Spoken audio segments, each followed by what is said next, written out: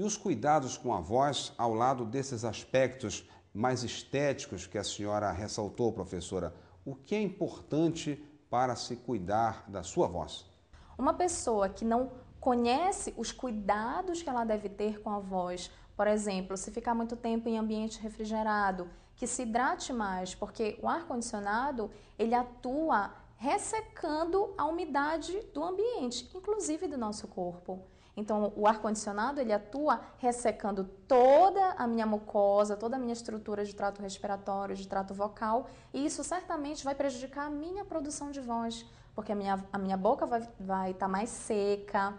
E aí, se eu estiver me hidratando, eu não vou sentir esses efeitos. Uma pessoa que trabalha profissionalmente com a voz, que fala por longos períodos durante o dia e que não faz uma hidratação, não faz um repouso, que come alimentos muito condimentados, certamente ela vai estar agredindo esse aparelho fonador e ele vai sinalizar isso. A pessoa vai ter falhas de voz ao final do dia, vai ter um cansaço vocal maior. Quando ela quiser falar numa intensidade mais forte, certamente o aparelho vocal dela não estará preparado. Então, conhecer a produção de voz e o que faz bem e o que faz mal para a voz é fundamental, principalmente para os profissionais que atuam com a voz. Vendedores, cantores, atores, políticos, telejornalistas. Então, professores, pessoas que trabalham diretamente com o uso profissional da voz devem conhecer os cuidados e a forma como a voz é produzida. Dentre os profissionais que muito usam a voz, infelizmente, às vezes de forma errada, forçando a voz, estão os professores. Há formas para se reduzir, para se prevenir esses riscos, professora? Esses profissionais devem observar fundamentalmente qual é a sua dinâmica de trabalho, quantas horas por dia eles trabalham, se é em ambiente refrigerado, se utilizam o giz, porque o fator alergia, o fator alérgico do pó do giz, ele também vai atuar de forma a ressecar as estruturas do trato vocal. Então, esse professor ele tem que observar a quantidade de alunos na sala, o tamanho da sala, porque muito poucos professores fazem uso de amplificação sonora. Então, imagina um professor que trabalha de 8 a 10 horas por dia, falando numa intensidade elevada, porque precisa, devido a turma ser numerosa e a sala ser grande, ele precisa fazer com que a voz chegue lá no último aluno. Então, ele precisa observar vários fatores. No momento do intervalo, de preferência, fazer um repouso vocal, porque o professor sai da sala de aula e já está tirando dúvida de aluno, já está conversando com outro professor, já está falando ao telefone. Então, na verdade, ele não dá nenhum repouso para essa carga horária que já é extensa. E ao primeiro sinal de alteração vocal, por exemplo, professores que no início do seu exercício profissional tinham a voz de uma determinada maneira e 10 anos depois estão com a voz mais grave, isso significa que há alterações no aparelho fonador. Então, que esse professor tenha o cuidado de, a cada ano, a cada 6 meses, consultar um médico, consultar um fonoaudiólogo, para ir monitorando a sua demanda vocal e monitorando a sua voz. Porque os professores, muitas vezes, eles acham que a rouquidão é inerente à profissão.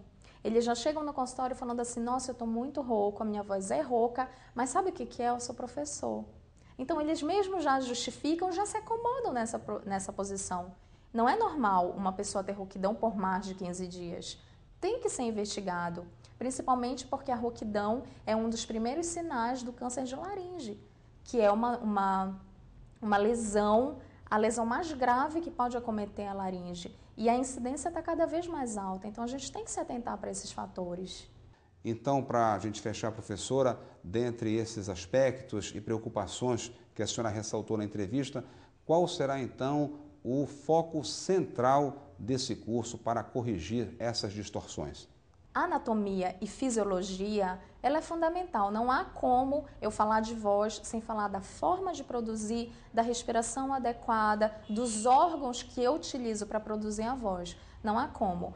Porém, o enfoque principal do curso é o uso profissional. O que eu vou fazer com esse instrumento? Eu preciso conhecer os recursos que compõem a produção da voz e que compõem a comunicação de uma forma geral, porque a comunicação não é só voz. A comunicação é voz, linguagem corporal e conteúdo. Eu preciso fazer com que esses 3 fatores atuem de forma linkada, de forma coerente para que eu consiga produzir um efeito positivo no meu interlocutor. A pessoa que participar desse curso, ela vai conhecer esses recursos, ela vai saber como aplicar esses recursos, porque não é um curso só teórico, é um curso prático também. Vai haver simulações, vai haver experiências dinâmicas em que a pessoa pode colocar em prática o conhecimento que ela adquiriu. E veja a seguir, um programa de cidadania que está aproximando polícia e comunidades em Belém. Um envolvimento direto da comunidade, uma parceria que se estabelece através de uma relação de confiança.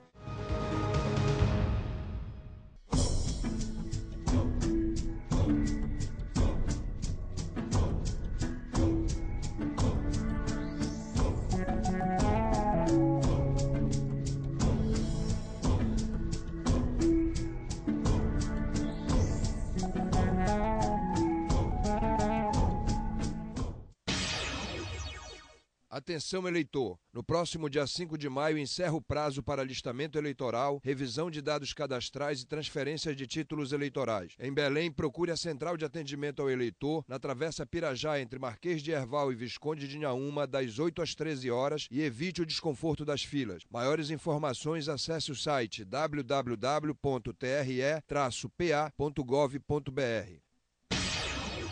Justiça Eleitoral.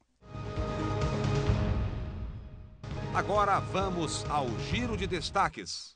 A Universidade da Amazônia presenteou o novo desembargador do Tribunal de Justiça do Pará, Ronaldo Vale, com a toga magistral usada nas sessões da Corte.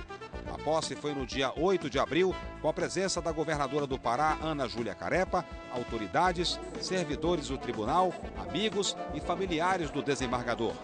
Foi saudado pela desembargadora Eliana Bufayad, antiga colega da Universidade Federal do Pará, que ressaltou as qualidades pessoais e de magistrado de Ronaldo Vale. No discurso, o desembargador fez uma retrospectiva da carreira, relembrou pessoas importantes e municípios onde trabalhou. Um momento de descontração, com músicas em homenagem a Ronaldo Vale. Procura a lembrança da infância na grama, nos campos tranquilos do meu Marajó.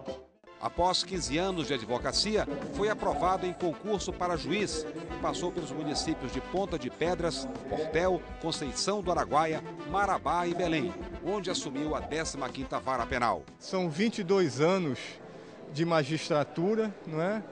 Para chegar aonde eu cheguei, percorrendo os caminhos difíceis, com dificuldades, mas sempre tendo o apoio da família. Isso que é mais importante, não é?